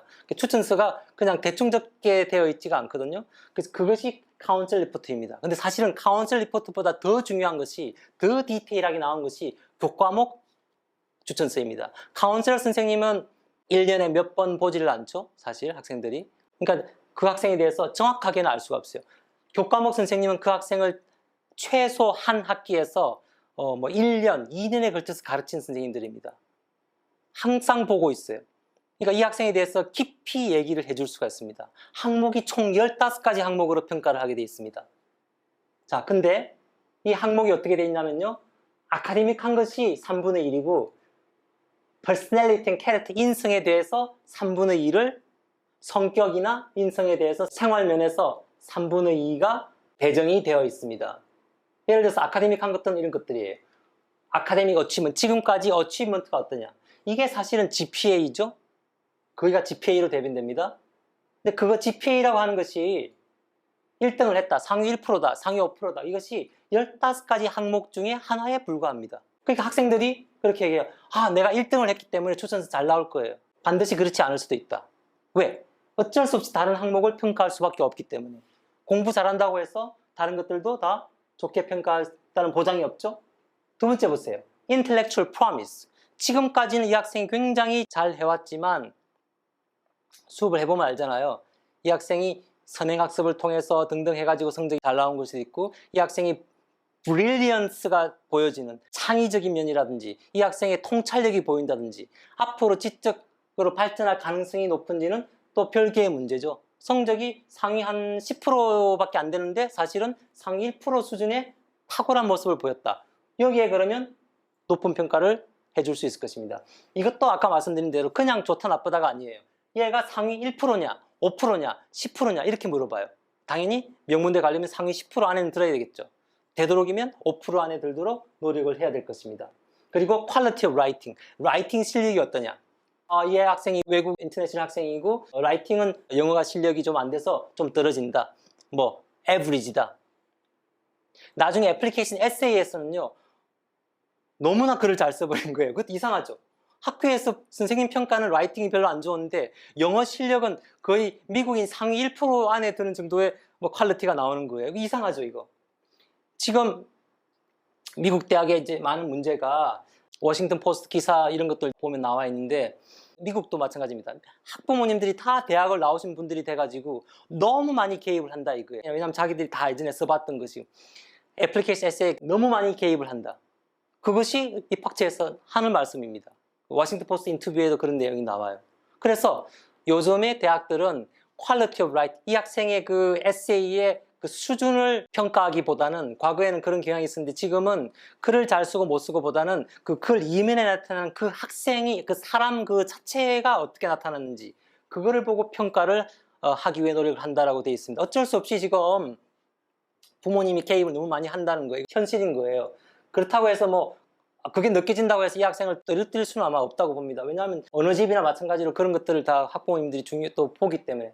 근데 이제 우리는 이제 그렇게 해야 되겠죠. 자기 수준에 맞는 글이 나오도록 노력을 해야 될 것입니다. 글 자체의 퀄리티를 너무나 어른스럽게, 너무나 퀄리티 있게 말고, 어설픈 모습이 있다 하더라도 최대한 자기 목소리가 드러나게, 학생들 에세이를 함부로 고치면 안 됩니다. 그래서 자기 모습이 잘 나오도록 해야 되겠습니다. 그리고 학교에서 평가하는 라이팅 수준과도 좀 저는 맞아야 될 것이라고 생각합니다. 하버드 입학처장이 농담식으로 어떻게 말씀하는지 아세요? 내가 학부모님이라면 너무 잘 쓰지는 않겠다고. 하버드 입학처장님도 그렇게 말씀하세요. 너무 잘 쓰지는 않을 것이라고. 내가 아빠 입장이라면 그렇게 말씀하시거든요. 그러니까 함부로 학부모님들이 개입했다가는 오히려 역효과가 날 수도 있다는 거. 조금 어설프더라도 학생의 자신의 글, 그 목소리, 그 문체가 최대한 묻어 나오게 하는 것이 좋겠다는 것입니다. 그다음에 또 어떻게 평가하게 됐냐면, 이 학생의 창의적인 면에서의 창의적 사고력이 어떤지, 이것도 전체 15가지 중에 하나의 항목에 불과합니다. 이 학생이 과연 창의적인지, 상위 1%의 창의력을 보이는지, 5%인지, 그리고 수업 태도가 어떤지. 공부 잘하는 학생들 중에서는요, 제가 학교 다닐 때도 그랬는데 수업 중에 그냥 막 자는 학생들이 있습니다. 근데 시험 보면 다 맞아요. 특히 수학 과목과 막 그런 경우 많을 겁니다. 한국 학생들 또 수학 잘하기 때문에 머리 좋은 학생들 또 자기가 그냥 보면 되잖아요. 수업 중에는 그냥 자고 수업 중에 제대로 듣지도 않고 시험은 그냥 다 맞아버리고 절대 아이비리그 대학에 못 갈 것입니다. 여기에서 어떻게 평가를 하겠어요? 클래스룸 디스커션, 수업 태도가. 빌로 에버리지로 되겠죠? 과연 이 학생을 뽑을 수 있을까요? 왜냐하면 뽑아놓고 보면 개인 플레이하고 다른 학생들의 지적 발전에 기여를 거의 못할 학생인데요. 과연 뽑고 싶을까요? 안 되겠죠. 수업 태도가 좋아야 됩니다. 적극적으로 수업에 참여하고 발표도 열심히 하고 선생님이 수업하는 것을 적극적으로 내가 도와준다는 생각으로 의견도 개진하고 이것도 상위 1%. 자, 리스펙. 자, 여기서부터 여기까지는요. 아카데믹한 것과는 직접 관계가 없는 내용입니다. 선생님들이 이 학생에 대해서 어떻게 평가하는지. Respect accorded by faculty. 그러니까 이 선생님 한 명을 통해서 추천서를 받지만 아니, 두 명이죠. 교과목 추천서는 두 개가 필수예요. 이 한 명의 추천서의 내용을 보지만 그 학교에서 이 학생을 알고 있는 선생님들 전체의 의견을 지금 사실은 물어보는 거예요. 대단하죠? 벗어날 수가 없는 거예요. 추천서의 내용을 보면. Disciplined work habits. 과연 이 학생의 삶의 태도가 스포일 되지 않은 디스플린 학생인지 중요하게 보죠. 정신적인 성숙도, maturity. 정신적으로 이 학생이 과연 성숙한 학생인지, 그리고 이 학생의 동기부여, 열심히 하는 학생인지, 이 학생의 리더십이 어떤지, 이 학생의 양심, 이 학생이 과연 양심적인 학생인지. 이게 쉽지가 않을 거예요. 과연 이 학생이 양심적인 학생인지 아닌지, 오케이, 좋다, 그렇다, 아니다는 말할 수 있어도 과연 이 학생의 양심이 상위 1%냐 이렇게 물어본단 말이에요. 그러면 상위 1%에 체크해야 될지 5%에 체크해야 될지 10%에 체크해야 될지 고민이 된다 이거예요. 그 정도로까지 아주 깊이 있게 질문을 던지고 있습니다. Reaction to setback. 어려움에 처했을 때 이 학생이 과연 어떤 반응을 보이는지, 그걸 회피해서 돌아가는지, 적극적으로 뚫고 나가는지. Concern for others. 이타심. 이타적인 학생인지. Self-confident. 자기 자신에 대한 믿음이, 확신을 갖고 있는지. 이게 쉽지가 않죠? 되게 학생들 중에 그런 경우가 있어요. 이거 어떻게 해야 될까요? 선생님한테 물어보고 어떻게 해야 될까요? 엄마한테 물어보고 친구한테 물어보고. 한국 사람들이 그런 경우가 되게 많죠? 자기 자신에 대한 확신은 좀 상대적으로 떨어지는 것 같습니다. 한국 학생들이 보면. 자기 자신을 믿지 않고 엄마 말을 더 믿고 선생님 말을 더 믿고 내가 어떻게 생각하는지를 대신 물어봐요. 엄마한테.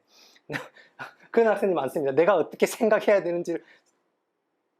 자기가 느끼고 생각하는 것은 자기 얘기를 해야 되는데 대신 생각해 주기를 바래요. 선생님이. 떨어지겠죠? Initiative. 독립성. 자, 이 내용들을 보면요. 결코 우리 한국 학생들이 유리하다고 볼 수 없는 거예요. 추천서가 저는 항상 학생 어머니들께 말씀드리는데 추천서가 한국 학생들의 최대 약점이다. 에세이야 뭐 컨설팅 받고 누구한테 받고 엄마가 도와주고 아빠가 도와주고 나중에 잘 나올 수도 있어요. 추천서는 그렇지가 않은 거예요. 학교 생활 전반에 대해서 지금 물어본단 말이에요. 근데 이 공부 면에서는 좀 좋은 평가를 받을 수 있다 하더라도 그 나머지 이렇게 나가면은 결코 한국 학생들이 유리하지가 않은 지금 질문들을 하고 있단 말이에요. 이거를 딱 보여준 학생들이 조금 약간 충격을 받는 학생들도 있고 상당히 학교 생활의 태도가 확 바뀌는 학생들도 있습니다. 내가 이렇게 자세하게 평가를 받아야 돼? 2년 뒤에 10학년한테 딱 보여줬어요. 태도가 바뀔 수 있어요. 이제 10학년이면 이제 대학 입시를 생각해야 될 학년이기 때문에 이거를 보여줘야 돼요. 저는 보여줍니다. 학생들한테. 그러면 학교 생활이 상당히 바뀔 것입니다. 자, 추천서와 함께 또 중요한 것이 에세이입니다.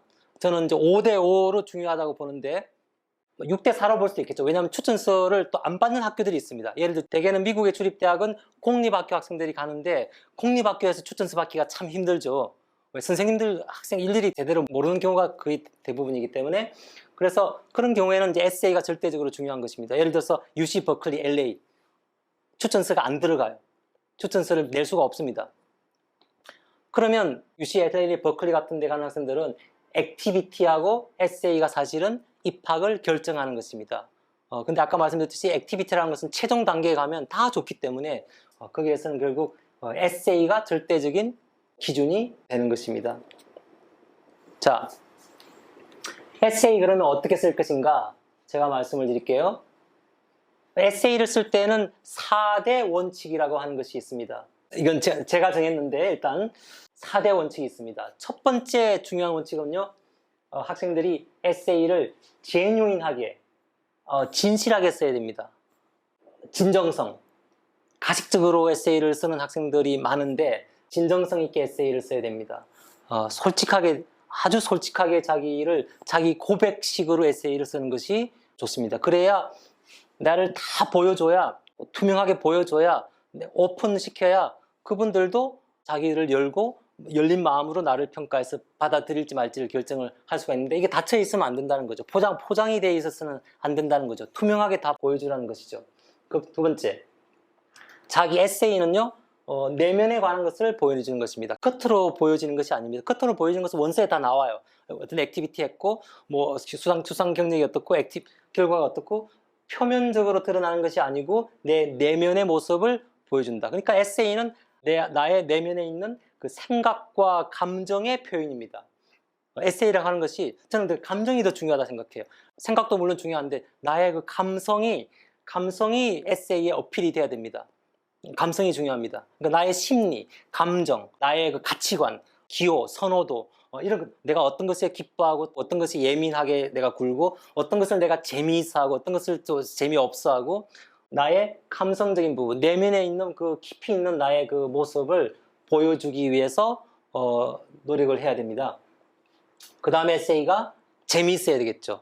재미없는 에세이는 문제가 있습니다. 재미있어야 돼요. 재미있으려면요, 개성이 있어야 됩니다. 튀는 요소 괜찮습니다. 물론 그것 때문에 떨어질 수도 있어요. 근데 그것 때문에 붙을 수도 있어야 됩니다. 아까 말씀드렸죠? 챌린징하게 나의 개성을 다 어필하라 이거예요. 오리지널하게. 어떤 공식을 따라서, 모범 에세이, 공식을 따라서 에세이 쓰는 거 좋지 않습니다. 그 다음, 자연스럽게 에세이가 나와야 되겠죠? 에세이가 뭔가 이렇게 만들어진, 자기적으로 이렇게 이게 뭐, 기계장치 같이 contrived, 만들어진 느낌이 들면, 이게 가려져 버리는 거예요. 이 학생의 실제 모습을, 자연스러운 모습을 보고 싶은데 이게 마치 포장이 돼 버리는 거죠. 그렇게 되지 않도록 조심을 이제 해야 되겠습니다. 학생들이 범하는 가장 큰 실수들이 많이 있는데, 세 가지 공통적인 문제에 대해서 제가 말씀을 드릴게요. 학생들의, 제가 느끼기에 가장 큰 실수는요, 질문에 답을 하지 않는다. 몇 명이 그러냐면요, 10명 중에 10명이 다 그렇습니다. 정도의 차이는 있지만 10명 중에 10명이 다 질문에 답을 제대로 하지 않아요. 심각한 문제입니다. 학생들의 100명 중에 99명의 문제입니다. 이렇게 얘기하면 나는 그렇지 않다고 얘기하는데, 실제로 에세이 보고 얘기해보면 깨닫게 돼요. 학생들이 질문을 건성으로 본다 이거예요. 이거는 태도의 문제일 수도 있어요. 보세요. 각 대학이 이 학생을 평가하기 위해서 심혈을 기울여서 만든 이 질문인데, 이 질문을 정확하게 보지 않는다? 고등학교 때는 그게 인정이 될 수 있어요. 대학에 들어가면 그렇지가 않아요. 대학에 들어가면 뭐 아시겠지만 질문에 답을 제대로 안 하면 그게 fail 되는 거예요. 점수 B, C가 아니고 그냥 fail이에요. 그죠? 질문에 답을 하지 않았을 때. 에세이도 마찬가지입니다. 질문에 답을 해야 됩니다. 좀 이따 사례를 제가 보여드리겠습니다. 그 다음에 두 번째, 자신을 보여주지 않는 게 또 문제예요. 10명 중에 9명의 문제입니다. 자신을 보여주지 않고 자기가 다른 사람들이 봐주기를 바라는 나의 모습을 가상으로 만들어놔요. 그거는 나의 실제 모습과는 괴리가 있습니다.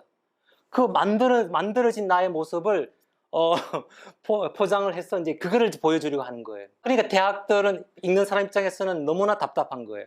이 학생의 실제 모습을 알고서 그리고 나서 입학시킬지 말지를 결정을 해야 되는데, 이게 지금 자신과 괴리가 있는 모습이 딱 나와 있으니까 이 사람이 아무리 좋든 말든 실제 사람을 우리가 알 수가 없으니까 뽑을 수가 없는 거예요. 그런 심각한 문제가 있습니다.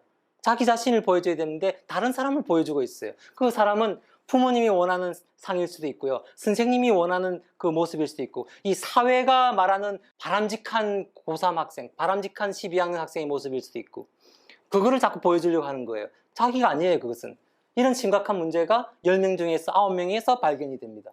세 번째, 모범 에세이 컴플렉스에 빠진 학생들이 많아요. 10명 중에 9명입니다. 에세이는 이렇게 써야 돼, 이렇게 써야 돼. 물론 제가 기본적인 4대 원칙 제 나름대로 했지만, 그 외에 여러 가지 이제 선생님들마다 에세이 이렇게 쓰면 좋게, 이런 게 좋고, 다 사람마다 다 다른 것들이 있어요. 근데 그것이 한국 학생들만의 그 모범 에세이에 대한 틀이 딱 있습니다. 근데 거기에 맞추려고 하는 학생들이 거의 대부분입니다. 이게 심각한 문제입니다. 예를 들면 이런 거예요. 에세이를 통해서 내가 지적으로 똑똑하고 공부를 잘할 수 있는 학생이라는 것을 자꾸 보여주고 싶어 하는 그 충동을 학생들이 많이 느낍니다. 이것은 선생님들보다는 부모님의 영향일 가능성이 커요. 대학에서 그런 사람을 좋아한다는 그 선입견을 부모님들이 갖고 있기 때문에. 천만의 말씀입니다. 그거는 이미 다른 곳에서 다 보여줬어요. 여기에서는 그 사람 자체에 대해서 보여주는 것이 목적인데 자꾸 이제 모범 에세이 컴플렉스에 지금 빠지는 그런 좀 심각한 문제가 있습니다. 자기가 쓰고 싶은 스타일로 자유롭게, 형식도 마찬가지예요. 자유롭게 써도 돼요. 형식이 좀 이상한데 이상해도 괜찮습니다. 그걸 통해서 그건 수단에 불과할 거예요. 그 수단을 통해서 이 학생에 대해서 이해된 것이 매력적인 모습이 이해가 되는지 그게 더 중요합니다. 그래서 입학심사위원들이 알고 싶은 것은요, 이 글 쓴 사람이 좋은 사람인지 매력적인 사람인지를 판단하려고 하는 것입니다. 그것이 가장 목적이에요. 이 에세이를 쓴 사람을 좋아하게 만드는 것이 궁극적인 목적이라는 것이죠. 에세이를 입학시키는 것이 아닙니다. 그죠? 이 에세이를 쓴 사람을 입학시키는 것이지 에세이를 입학시키는 것이 아닙니다. 그건 에세이 컴피티션에서는 순수하게 에세이만 갖고 평가를 하지만 이거는 그게 아니에요. 에세이는 수단에 불과한 것이에요. 물론 에세이가 좋으면 그 사람도 좋겠죠. 그런데 목표를 우리가 분명히 정해야 됩니다. 에세이는 수단입니다. 그 이후에 그들이 이 쓴 사람을 어떻게 평가할 것인지를 생각하게 돼야 됩니다. 그러니까 에세이의 그 완성도, 퀄리티가 좀 낮다 하더라도 이 글을 쓴 사람이 매력적으로 보여지면 그는 에세이는 저는 좋은 것이다 생각. 그것이 바람직한 에세이라고 생각합니다. 물론 에세이 퀄리티도 좋으면 너무 좋겠죠. 근데 에세이 퀄리티가 너무 좋아서 문제가 되는 경우도 있어요. 아까 말씀드렸듯이 선생님이나 학부모님이나 뭐 사설업체에서 너무 많이 개입한 것이 아닌가. 그런 의심을 해버리면 이제 심각한 문제가 되겠죠. 사례를 제가 좀 보여드리겠습니다. 에세이 어떻게 쓸 것인가. 에세이 질문들이 무수히 많이 있습니다. 수십 개 이상, 100개는 되겠죠. 다 구분해 보면. 근데 커먼 애플리케이션 주제 하나만 한번 말씀드리면 모든 대학에 공통으로 써야 되는 주제가 6개가 있습니다. 그 6개 중에 하나를 선택해야 돼요. 그 중에 2개를 가져왔습니다. 자, 학생들이 범하는 실수, 질문에 답하지 않는다. 예를 들면 이런 거예요. 질문이 이렇게 돼 있어요. Some students라고 그랬어요. Not all. Some students have a background나 identity나 interest나 talent를 갖고 있다. 자, O라고 돼 있습니다. 그죠? 그러니까 O는 이 4가지를 다 얘기하라고 하는 거 AND가 아니에요. AND 같으면 이 4가지를 다 얘기해야 돼요. O 같으면 뭐죠? 이 중에 하나를 얘기하면 됩니다. 사실은 하나를 얘기하는 것이 낫죠. 왜? 거기에 대해서 아까 말씀드렸듯이 깊이 있게 얘기를 할 수가 있기 때문에. 이 얘기를 4개를 다 한다 생각해 보세요. 수박 끝핥기밖에 안 되는 거예요. 자기 자신에 대한 아까 말했던 인트로스펙티브한 그 프레젠테이션이 안 되고 슈퍼피셜 프레젠테이션밖에 안 되는 거죠. 그죠? 그래서 어쨌든 질문이 그렇게 되어 있기 때문에 이 중에 하나를 선택해야 됩니다. 나의 백그라운드에 대해서 얘기할 것인지, 아이덴티티에 대해서 얘기할 것인지, 관심사에 대해서 얘기할 것인지, 탤런트에 대해서 얘기할 것인지를 일단 정해야 됩니다. 자, 이것을 정하는 두 번째 기준이 있어요. 그 관심사가, 그 아이덴티티가, 백그라운드가 어떻게 되냐면요, so meaningful, 나에게 엄청나게 의미 있는 관심사여야 됩니다. 의미 있는 그 백그라운드여야 합니다. 어느 정도로 의미 있어야 되냐면 이렇게 돼 있어요. They believe their application would be incomplete without it. 이 관심사, 이 interest 얘기를 하지 않으면 내 원서가 incomplete이다. 미완성이다. 미완성인 채로 내가 낼 수밖에 없는 그런 상황이다. 이 얘기를 내가 뭐죠? 꼭 해야 된다는 거죠. 이 얘기를 하지 않으면 나는 원서를 미완성인 상태로 낼 수밖에 없는 상황이기 때문에 이 얘기를 꼭 해야 된다는 거예요. If this sounds like you, 이것이 너에게 해당이 된다 그러면 얘기를 해보라. 그냥 나의 관심사, 그냥 나의 백그라운드 얘기를 하라는 것이 아닌 것이죠. 이거를 잘 생각을 해봐야 됩니다. 나중에 써놓고 보면 꼭 얘기하지 않아도 되는데요. 그러면 이 얘기를 하면 안 됩니다. 벌써 거기에서부터 이 학생이 질문을 그냥 우습게 보고 썼다는 것이 딱 느껴져요. 첫인상부터가 안 좋아져요. 우리가 심혈을 기울여서 만든 이 질문지를 이 학생이 별로 신경을 쓰지 않고 썼네? 이렇게 돼버리는 거죠. 하나 더 해볼까요? Discuss an accomplishment. 너가 성취한 거 또는 어떤 사건, 또는 어떤 O죠? 깨달은 거. 세 가지 다 얘기하라는 게 아니고 하나. 근데 두 번째, 이 이벤트 사건이 뭐라고 돼 있어요? Spark the period of personal growth. personal growth에 스파크를 줘야 돼요. 스파크는 어떻게 되죠? 이 영향이 장시간에 걸쳐서 뭐 몇 달에 걸쳐서 뭐 1년에 걸쳐서 이루어지는 것이 아니에요. 스파크는 딱 순간에 이루어지는 거예요. 그러니까 이 스파크라는 것은요, 이 사건이 나에게 어떤 특정한 날에 나에게 스파크를 딱 줘야 되는 겁니다. 그런 사례를 얘기하라는 거예요. 문득 깨닫게 되는 거예요. 아, 이 사건으로 인해서 어떤 깨달음을 내가 딱 느끼는 거예요. 장시간에 걸쳐서 깨닫는 게 아니고 어느 순간에 내가 깨닫게 되는 거예요. 그 사례를 얘기를 해보라. 자, 어떤 스파크를 줬냐면요, 나의 성장, personal growth입니다. 한 학생으로서 성장을 얘기하는 것이 아니고 personal은 뭐죠?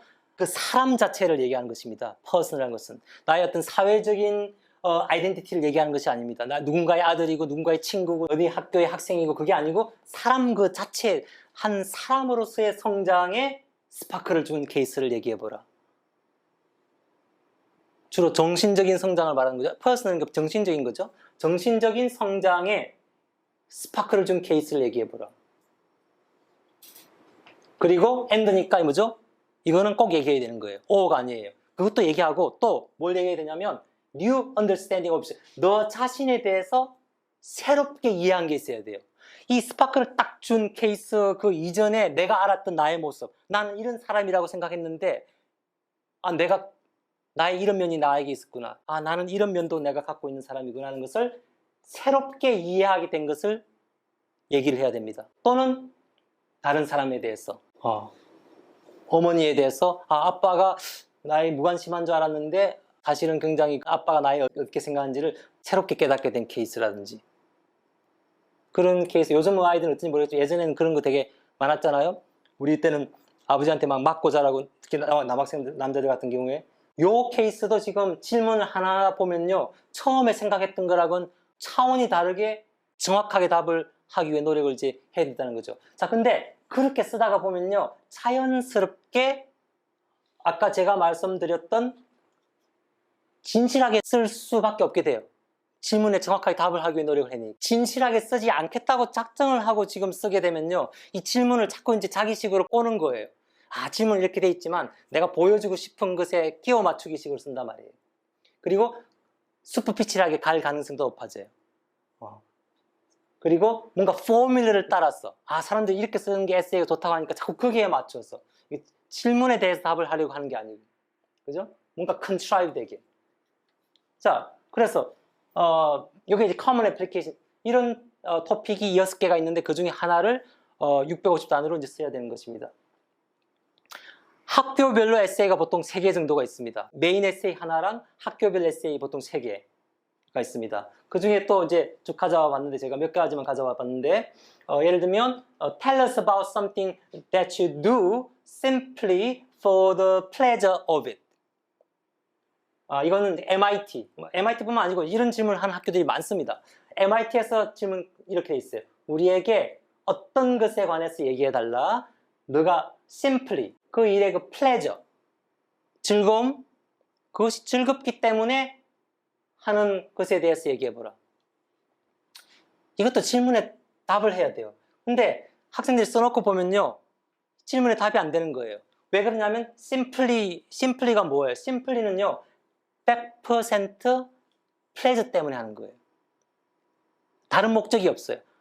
다른 목적이 있는 게 아니고 pleasure, 즐거움 때문에, 100% 즐거움 때문에 하는 무언가에 대해서 얘기해보라.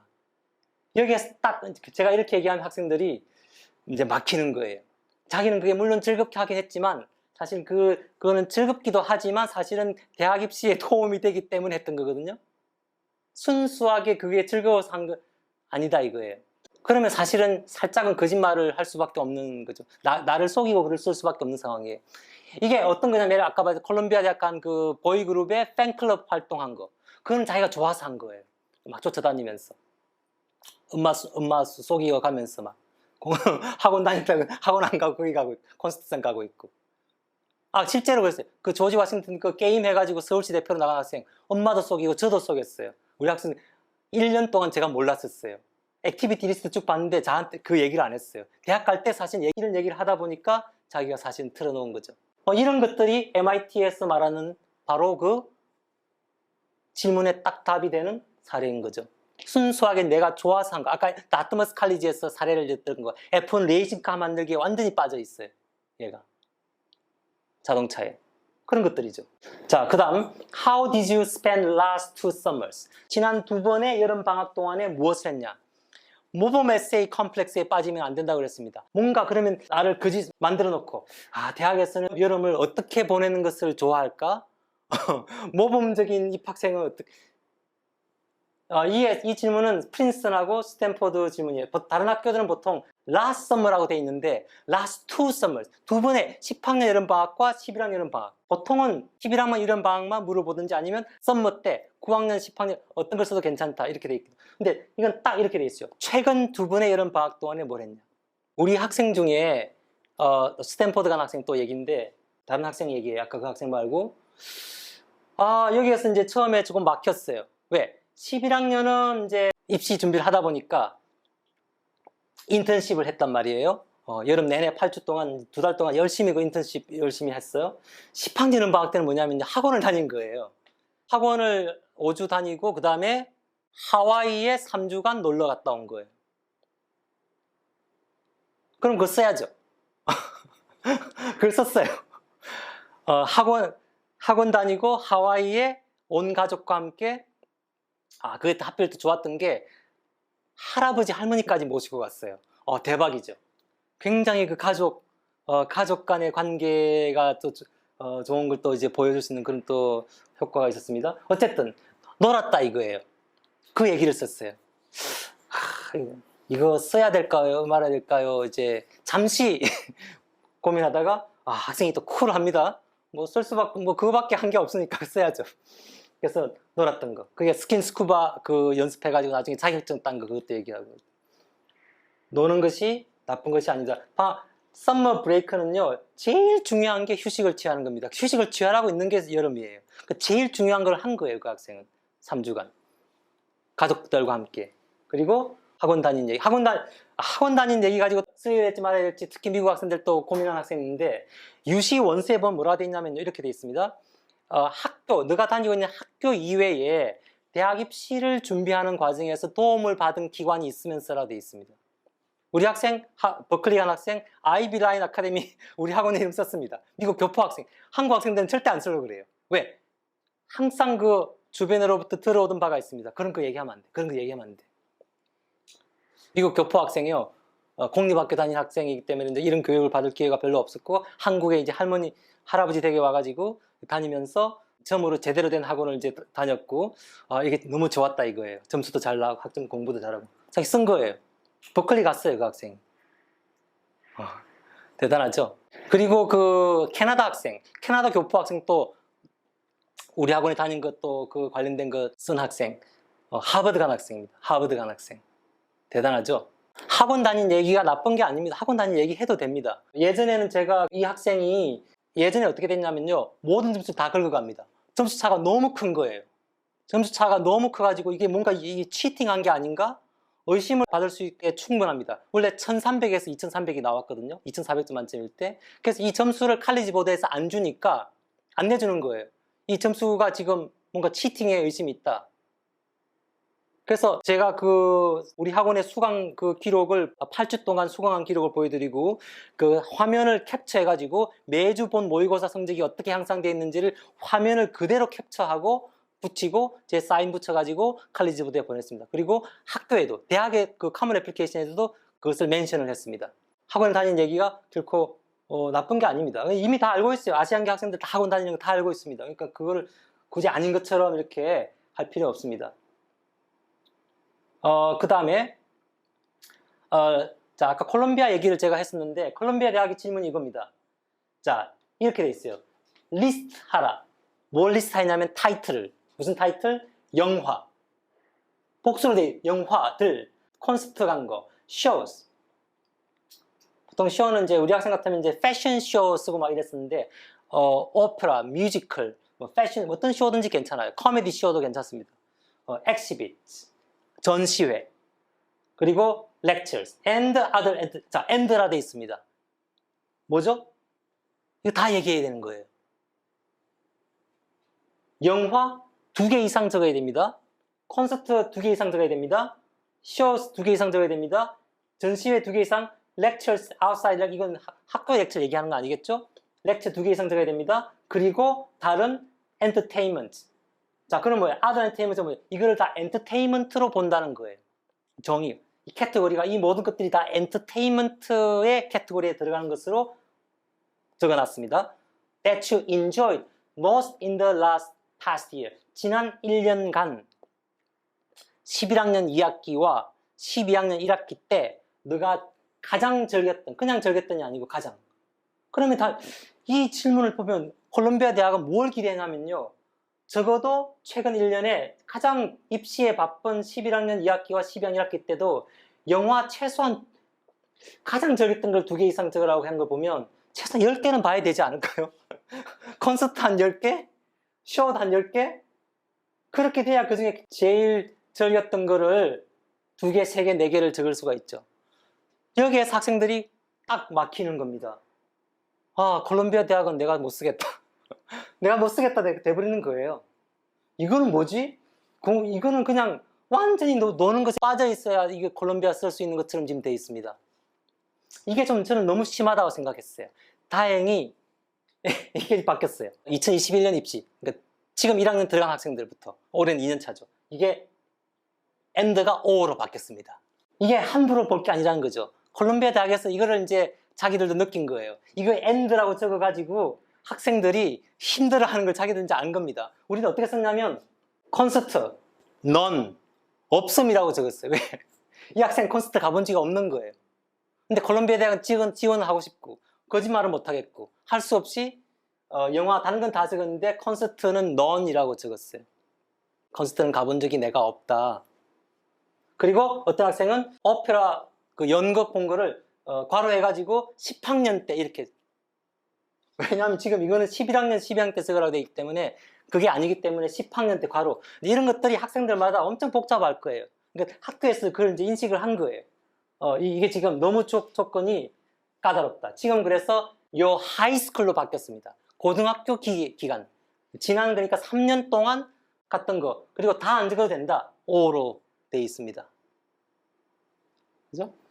어쨌든 바뀌었다 하더라도 콜롬비아 대학이 학생들이 얼마나 그 공부 이외에 놀고 싶어하는 그 욕구를 충족시키기 위해서 어떻게 생활을 했는지를 알고 싶어하는 것입니다. 자, 마지막으로 What have you done to make your school or community better place? 그죠? 너는 너의 학교를 위해서 무엇을 한 것이 있느냐? 아까 그 예일대학 그 학생 케이스 얘기를 들었죠?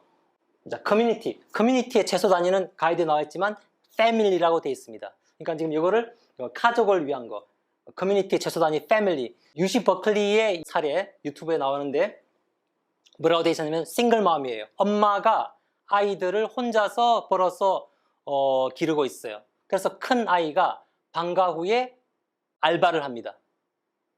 그것을 중요한 리더십의 사례로 들었어요. 아빠가 지금 없잖아요.